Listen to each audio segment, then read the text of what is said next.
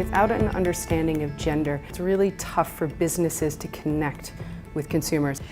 My first ever boss, when I was still at university, said to me to always make sure I had my own bank account with my own money because that gave me independence. Too many women just take for granted that they don't need to take control of their finances. The particular ad, and I won't name the bank, it had basically a bunch of powerful men all over it. They had suits and ties and they were the ones that were in control. But the only role that women were playing were basically as the ones being protected. And when I thought about it, I was kind of surprised because when I look back to my own childhood, it was my mother that was in charge of things. Seems like they're missing half the audience to me, in fact, kind of insulting them. I actually don't want to be marketed to as a woman.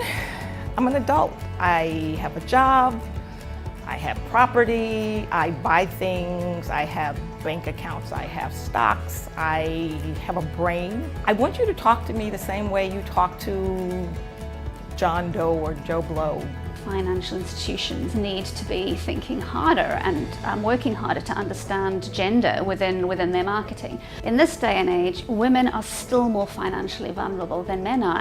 The other side of it is that there's certainly a lot more openness in terms of gender roles and fluidity between those, and the fact that women don't have to be like this and men don't have to be like that. I think now, in modern times, women have a lot more senior roles and earning a lot more income, and I'd say they're a lot more financial savvy than what they have been in the past. And in a lot of families that I know, it's actually the woman of the family that manages all the finances of the family. The gap now, as I see it, is actually in implementation. So everybody knows they need to change, but how to change has become the major challenge. And this is why we see ads where it's women who are doing the splurge spending and men who are in powerful corporate positions, or men tend to be more free where women need to be taught something.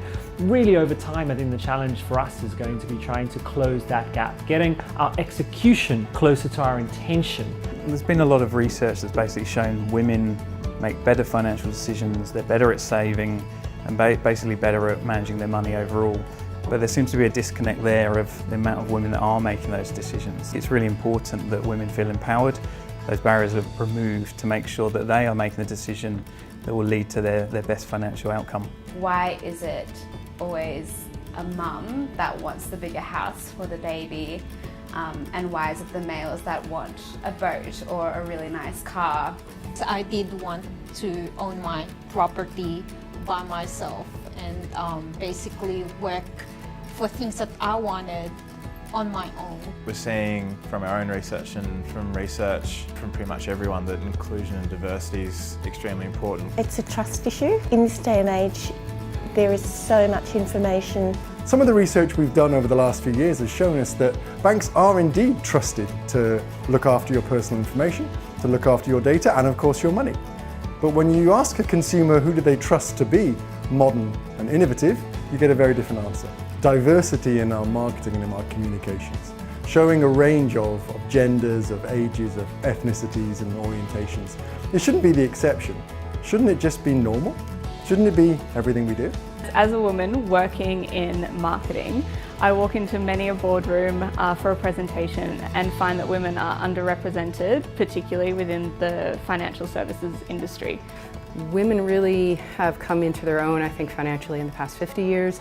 Only now are financial services businesses realizing they're under-leveraged as far as a consumer for them.